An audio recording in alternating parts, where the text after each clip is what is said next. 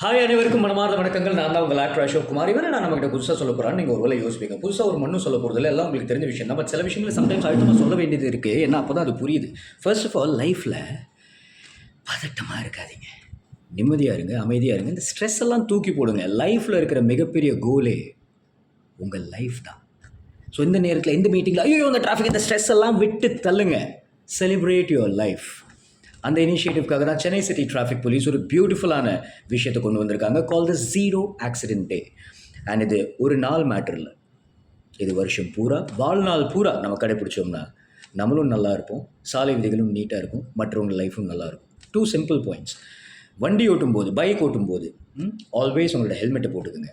தலைக்கவசம் நமக்கு ரொம்ப முக்கியம். ஏன்னா கர்ணனுக்கு கவசம் இல்லைன்னா கர்ணனே இல்லை. நமக்கு தலைக்கவசம் இல்லைன்னா தலையில் மச்சான் மண்டபத்திரம். ரெண்டாவது மேட்டர், நீங்கள் பேண்ட்டுக்கு பெல்ட் போடுறீங்களோ இல்லை தெரியல, ஆனால் சீட் பெல்ட்டை கண்டிப்பாக போடுங்க வென் யூர் டிரைவிங். இல்லை நான் மச்சான் இந்த வெயிலெல்லாம் எனக்கு தாங்க முடிய மாட்டேங்குது, ஒரே கசகசன்னு இருக்குது, எல்லாம் புரியுது, நம்ம உயிர் முக்கியம் இல்லை மச்சான்.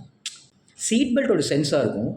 நீங்கள் சரக்கடிச்சு ஓட்ட போகிறதில்ல, நீங்கள் ரொம்ப ரெஸ்பான்சிபிள் சிட்டிசன். இது மற்றவங்களுக்காக சொல்கிறேன். ஒருத்தன் ஓட்டிட்டு வருவான்ல நேரில் வந்து டச்சாக்குன்னு, அந்த இம்பேக்ட்டுக்கும் உங்களோட சீட் பெல்ட் சென்சாருக்கும் உங்களோட ஏர் பேக் சென்சருக்கும் ஒரு கனெக்டிவிட்டி இருக்குது. லைஃப்பில் யாருமே அந்த ஏர் பேக்கை வாழ்நாள் பூரா பார்த்துடக்கூடாதுங்கிற ஒரு பிரார்த்தனையோட இந்த பதிவை செய்கிறேன். தயவுசெய்து டிரைவ் ரெஸ்பான்சிபிளி. நீங்களும் நல்லா இருப்பீங்க, சொசைட்டியும் நல்லா இருக்கும்.